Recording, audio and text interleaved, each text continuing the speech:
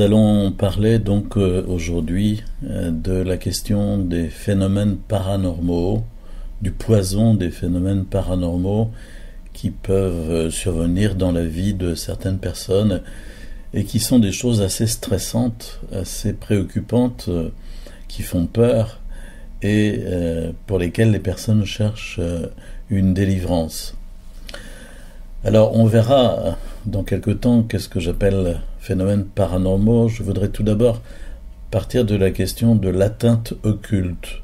Pour moi, les phénomènes paranormaux qui peuvent intervenir dans la vie des personnes, c'est une atteinte occulte qui est le fruit de l'appel aux esprits, d'une façon ou d'une autre.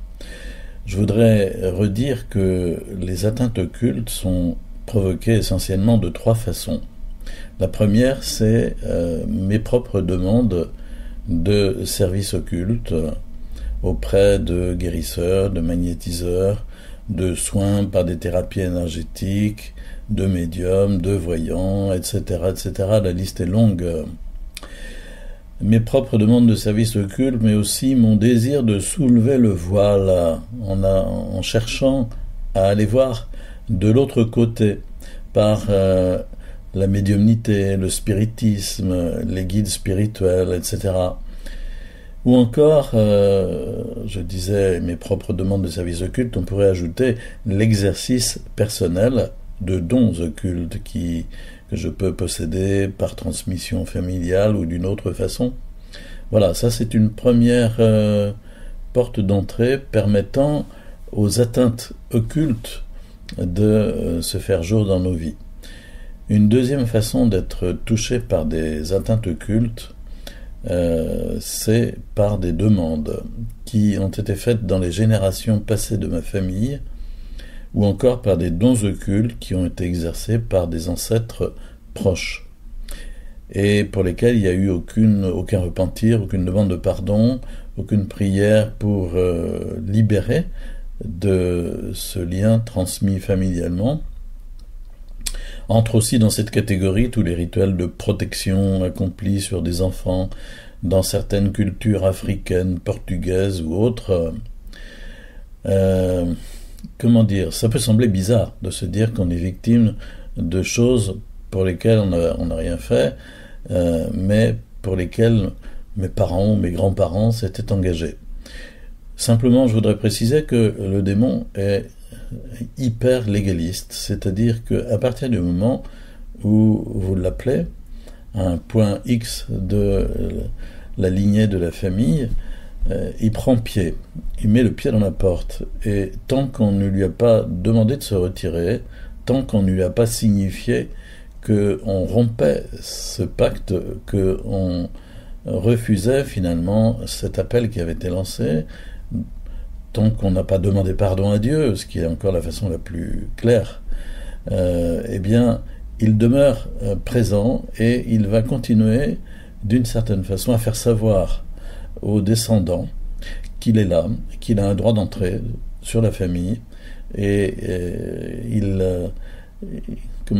va pourrir la vie de tout un chacun, quelquefois de l'un plus que de l'autre, quelquefois en passant une génération, puis ça se retrouve dans la suivante. C'est très mystérieux, mais j'ai été longtemps à refuser d'imaginer que ça pouvait exister, mais cependant, en écoutant longuement des milliers de personnes, je suis bien obligé de me dire que, effectivement, au fond, un engagement dans l'occultisme n'est pas neutre pour ma famille et mes descendants. Voilà, faut le savoir.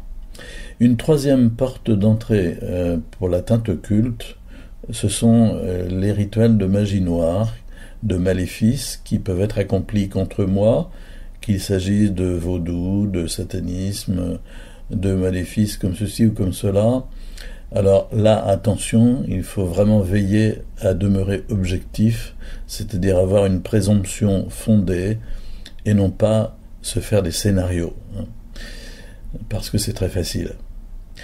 Voilà, je voulais simplement préciser ça en ouverture, c'est qu'il y a trois façons, au fond, d'être victime d'une atteinte occulte. Soit par mes propres demandes de services occultes, soit par les demandes qui ont été faites dans des générations passées, quelquefois avec l'exercice appuyé, longuement appuyé de dons dans ma famille, soit par des rituels qui seraient faits de l'extérieur contre moi. Alors, qu'est-ce que sont les phénomènes paranormaux, à proprement parler? On peut dire que ce sont des parasitages en rapport avec les perceptions sensibles. Il y a différentes formes de phénomènes paranormaux qui peuvent nous nuire. L'impact occulte, dans la mesure où il ouvre un point de passage avec le monde des esprits des ténèbres, peut générer des difficultés sous forme de phénomènes paranormaux divers.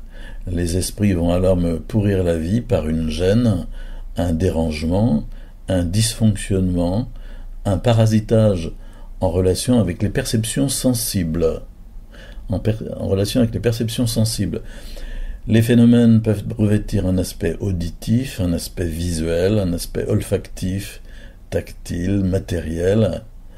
On est rarement affecté par tout l'ensemble de ce spectre, seulement par un, par deux ou par trois, mais toujours de trop, évidemment, parce que lorsque ça se déclenche, généralement on est très mal à l'aise.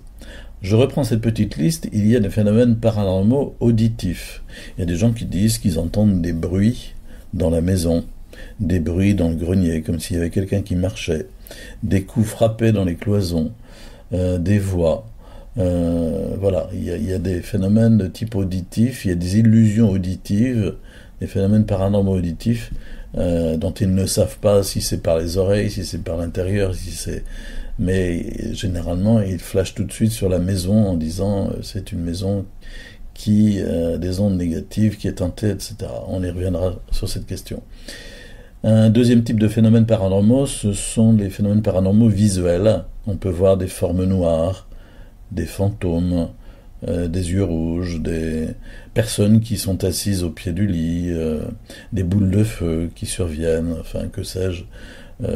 L'imagination des ténèbres est sans borne. Mais ça existe. Troisième type de phénomène paranormaux, olfactif. On va sentir des odeurs pestilentielles de pourriture, mais vraiment innommables à certains endroits, des odeurs de mort, de fosses septiques, etc. Et si cela touche des personnes très religieuses, à l'inverse, ce pourront être quelquefois de célestes odeurs enivrantes qui sont chargées de les tromper, de leur penser que les saints, Dieu et les saints sont à l'œuvre ici. Phénomène paranormal olfactif. Quatrième type de phénomène paranormaux, les phénomènes paranormaux physiques.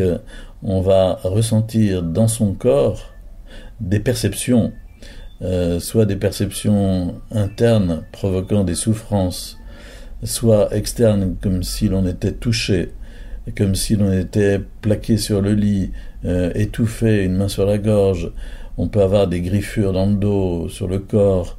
Le phénomène de mari de nuit, de femme de nuit, comporte un aspect approchant. Les perceptions de froid glacial sont aussi monnaie courante. Le phénomène d'écriture automatique est aussi un parasitage majeur. Quand il n'est pas recherché, il est toujours d'origine occulte. Cinquième type de phénomènes paranormaux qui peuvent survenir, les phénomènes paranormaux matériels. Des objets tombent tout seuls, comme s'ils étaient projetés, se cassent, explosent, notamment les ampoules électriques, même la nouvelle gamme. Des voitures tombent en panne, des appareils électroniques, des frigos, des congélateurs, tout ce que vous voulez. Bon, voilà, ça, on entend ça assez fréquemment. Alors, quand il y a toutes ces choses qui surviennent dans la vie d'une personne et que, voilà, elle se confie, elle raconte deux choses. La première, je me dis, elle a dû toucher à des choses occultes. Quelque part, on a ouvert une porte. On a demandé le service des esprits qui se le tiennent pour dit et qui se font payer à travers ces dysfonctionnements qui s'installent dans la vie de la personne. La deuxième, c'est qu'il est nécessaire de faire une expertise psychiatrique pour être sûr qu'il ne s'agit pas d'un dysfonctionnement psychologique, psychique, psychiatrique. Il est nécessaire d'avoir un avis compétent sur ces questions parce que, au fond, on sait très bien que des phénomènes de voix dans la tête, par exemple, ça peut être dû à des dysfonctionnements psychiques, etc. Et donc il est absolument indispensable et nécessaire de recourir à un psychiatre qui vous dira si vous êtes sain d'esprit ou pas, ce qui permet quand même de mieux affiner le discernement et ainsi de poursuivre la route vers une libération d'origine spirituelle à partir du moment où on a compris que c'était pas une question psychiatrique. Voilà. Alors peut-être on va arrêter là pour le moment avec ces différentes formes de phénomènes paranormaux pour continuer après notre petite pause musicale sur la question de leur origine et sur la question de l'effet produit sur les personnes.